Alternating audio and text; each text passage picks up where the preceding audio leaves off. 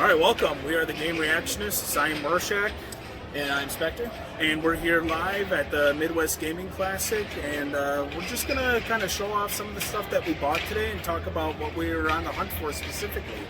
Yeah, I think we got a good haul this time. I got actually a lot of my stuff towards the very end. I was kind of surprised. Like, at first I didn't really get, I think the first pass through I only got like one game, and you had like 6 games already. So Yeah.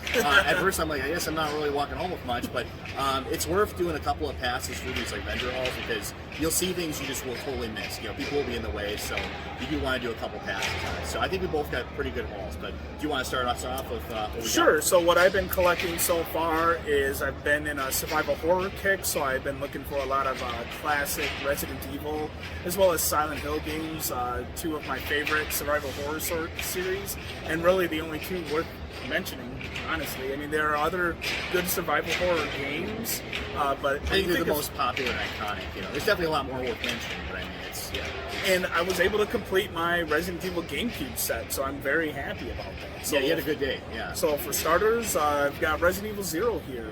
Not very popular amongst the fan base, not one of my personal favorites.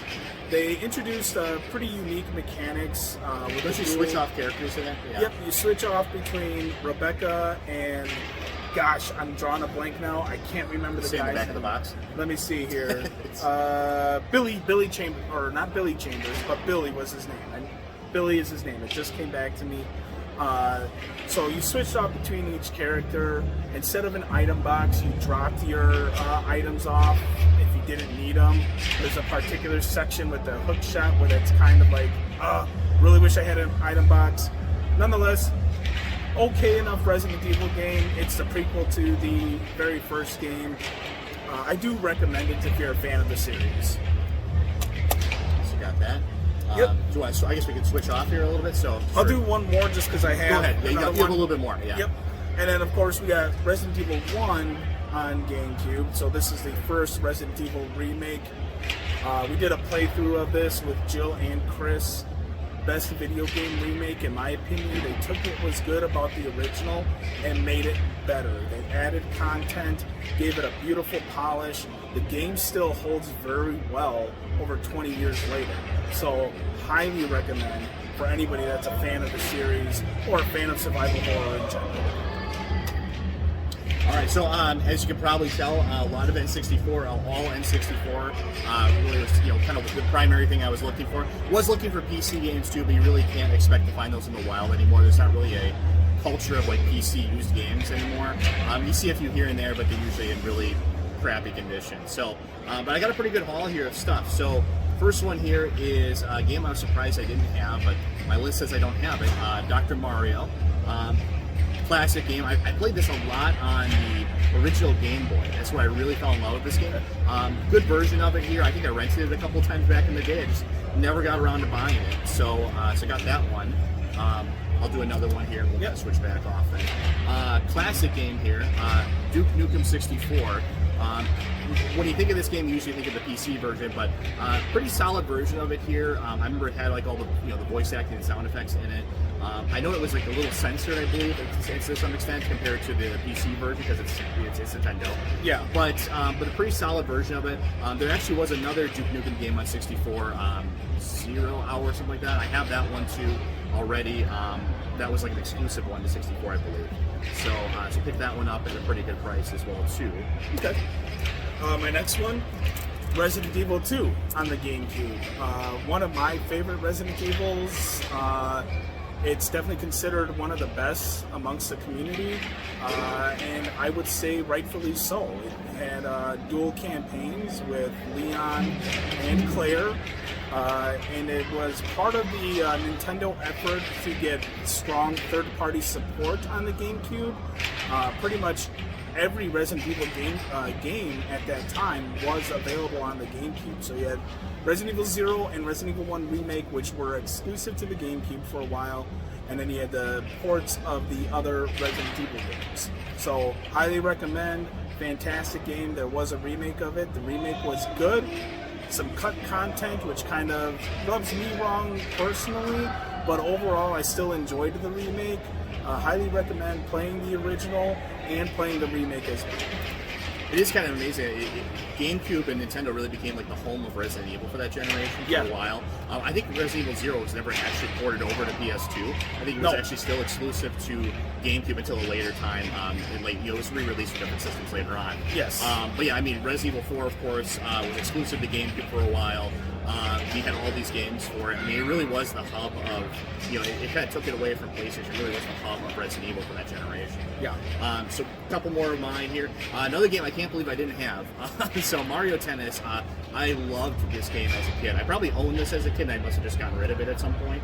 It's a fantastic game. Tons of multiplayer fun. Unlockable things in there. I mean, it's just a really awesome multiplayer game.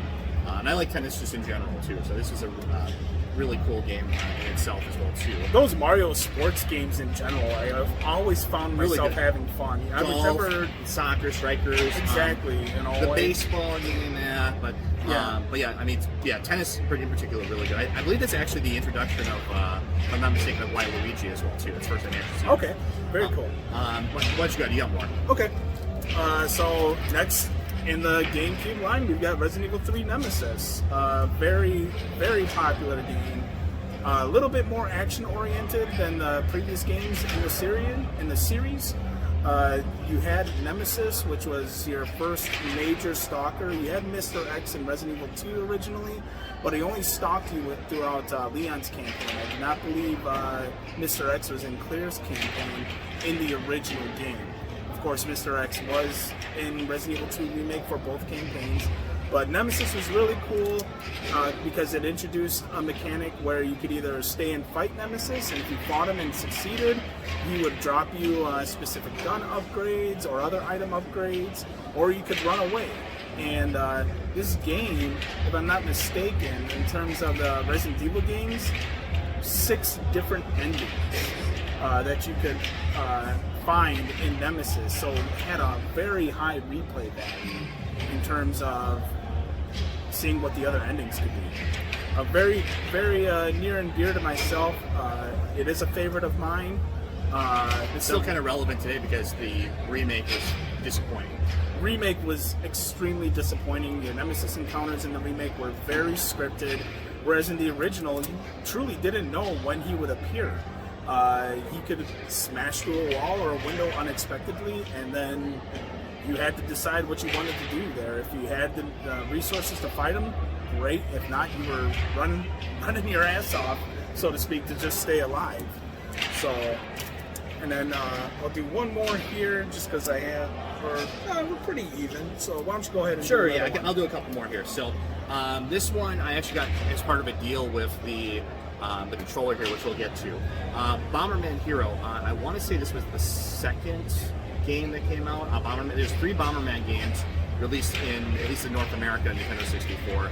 I didn't play this one. I played the original Bomberman 64 quite a bit. Really enjoyed that game. A lot of multiplayer fun as well too.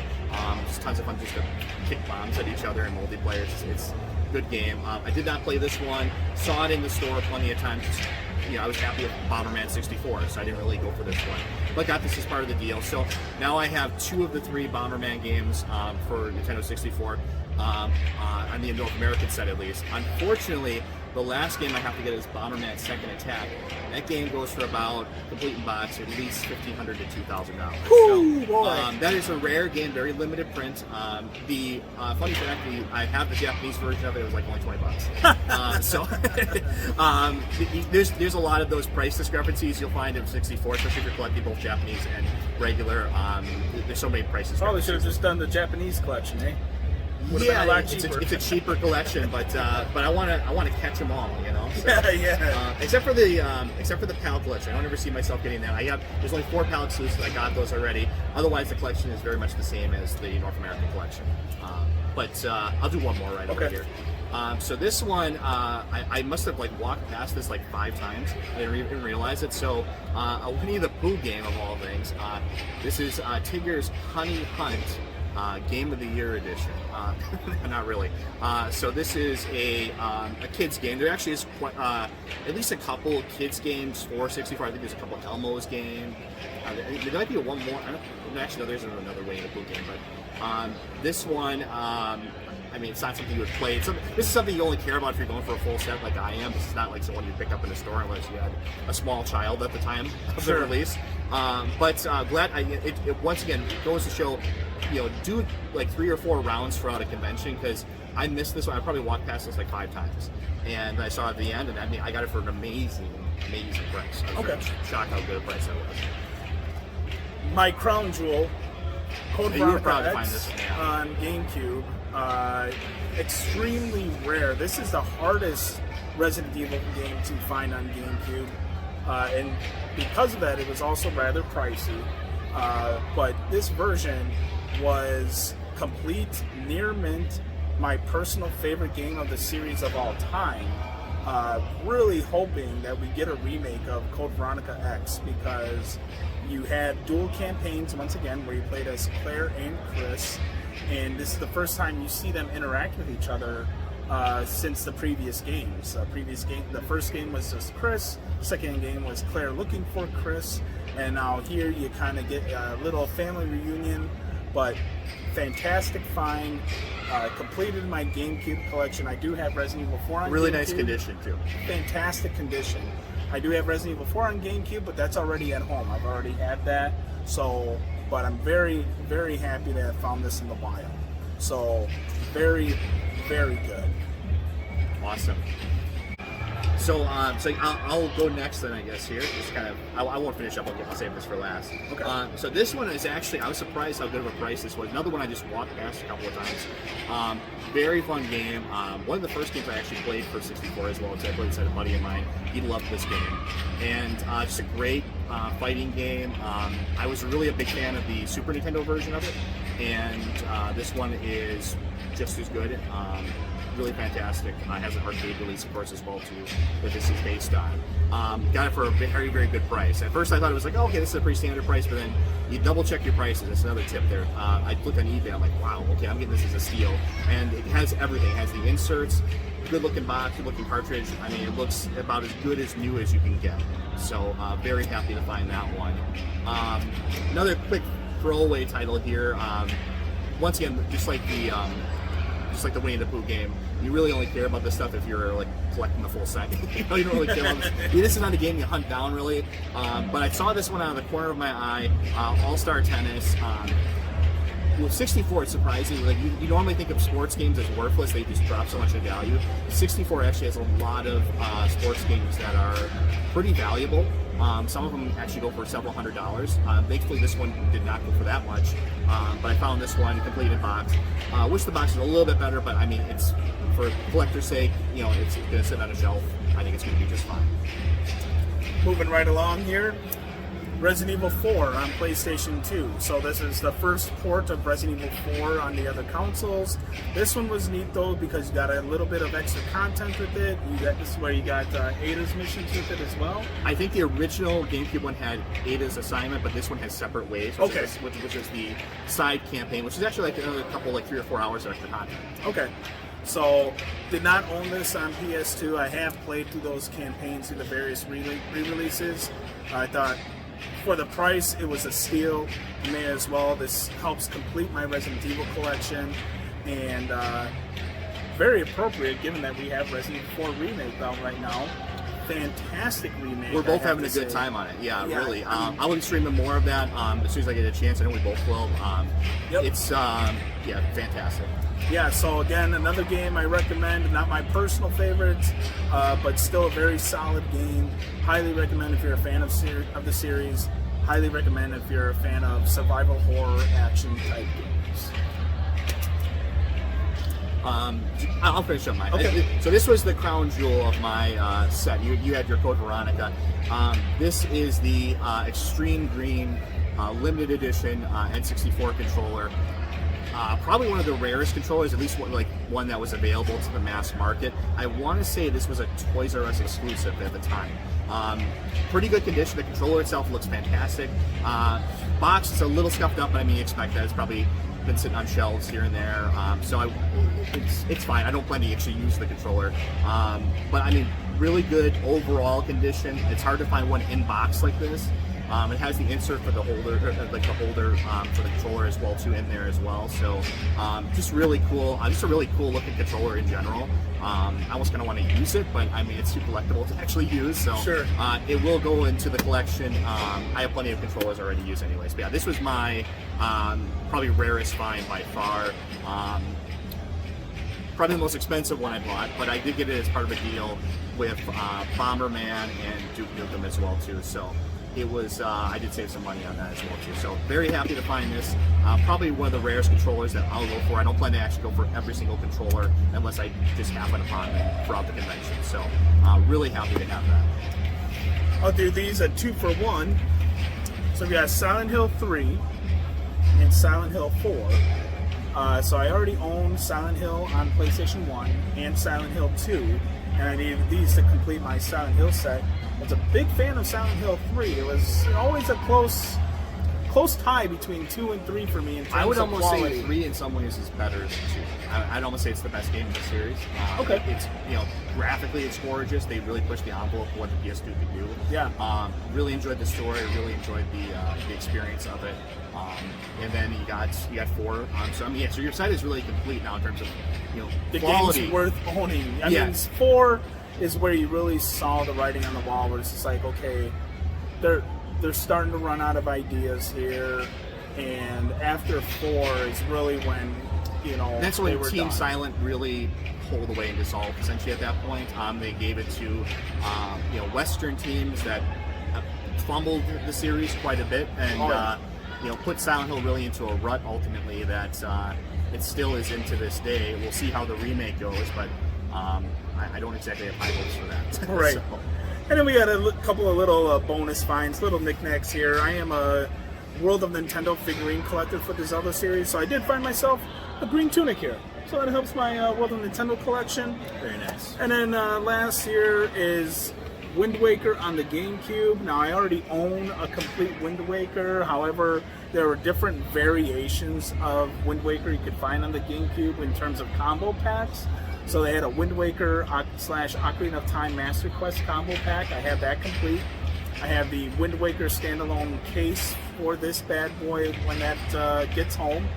And then they have the Crown Jewel, the Metroid Prime and Wind Waker combo pack, which we did see here, and it was a pretty penny.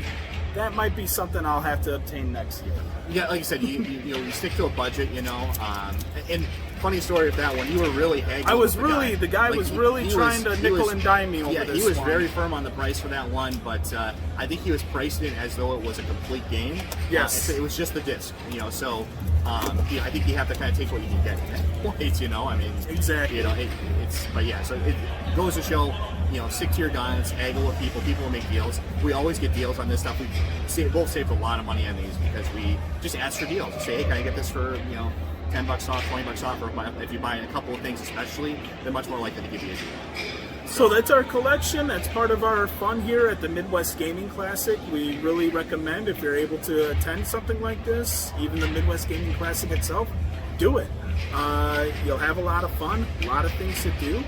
And with that said, I'm Rorschach. And I'm Spectre. Thanks for joining us.